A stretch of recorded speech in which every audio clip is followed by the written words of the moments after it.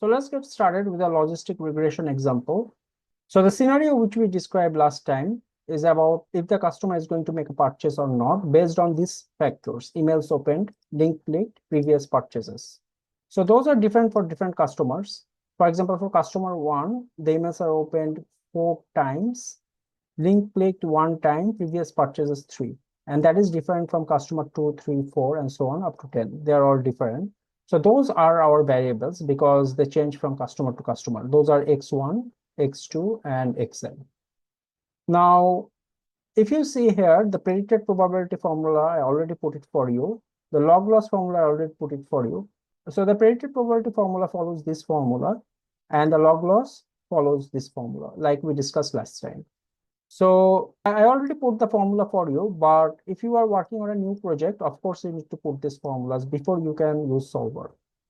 So let's see how the formulas are linking the cells. So if you go to one of the formulas and click on the formula, it will highlight the cells it's using. So for example, for the first one, so it's doing 1 over 1 plus e to the power of minus. So the first one is C18, that is the intercept here, plus C19. C19 is the email's coefficient, that is B1. So in this case, B1 is 0. So B1 times C3. C3 is the number of times the email is opened. Because this one is a variable x1, it changes from customer to customer. So for the first customer, it's 4. So that's the C3.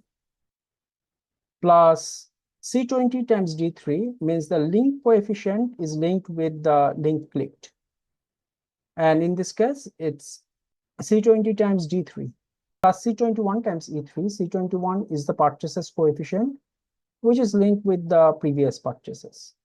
So emails coefficient is linked with the emails opened. Link coefficient is linked with the link clicked. Purchases coefficient is linked with the previous purchases. So that's B1 times X1 plus B2 times X2 plus B3 times X3. So that's how the formula is working. And of course, I mean, for the second one, is going to highlight these cells. Although, say, these ones remain the same. Again, for third one, it's using these cells, but these one remain the same. Means for all of the predicted probability, the B0, B1, B2, and Bn will remain constant. So that's why you see here absolute referencing: $C, $18, $C, $19, $C, $20, C, $21. But you won't see absolute referencing for C5 and D5. Why is it so? Because it changes from one customer to another. So let's see the log loss formula. Click on the formula and it's highlighting these 2 cells. So for the second one, it's again highlighting the second pair of cells. So if you remember, we talked about it. For the log loss formula, the P is the predicted probability. That means this one, G3, which is here ln G3 because it's ln P. And 1 minus Y. What is Y? Y is the purchase rate. So which is, in this case, F3. So I just followed this formula to put the formula here. And then this one is the total sum. So right now, because to use the solver, you need to start with some initial values of the intercepts and coefficients. So to start with the initial values, I put all 0. And that is the reason it's now 6.93147. So what is our objective? Our objective is to minimize this value, 6.93147. I don't want to keep it this high. I want to make it as low as possible. But that will be subject to some constraints. What are the constraints? Our probability has to remain between 0 and 1 because Excel doesn't understand that what you are trying to do. Excel doesn't understand these are the probability values. So in the solver, you have to keep these values between 0 and 1 to let Excel know that these are probabilities and it cannot go below 0 or more than 1. And at the same time, minimize this value, the total sum of log loss. So let's do that in solver. So go to data here, go to solver.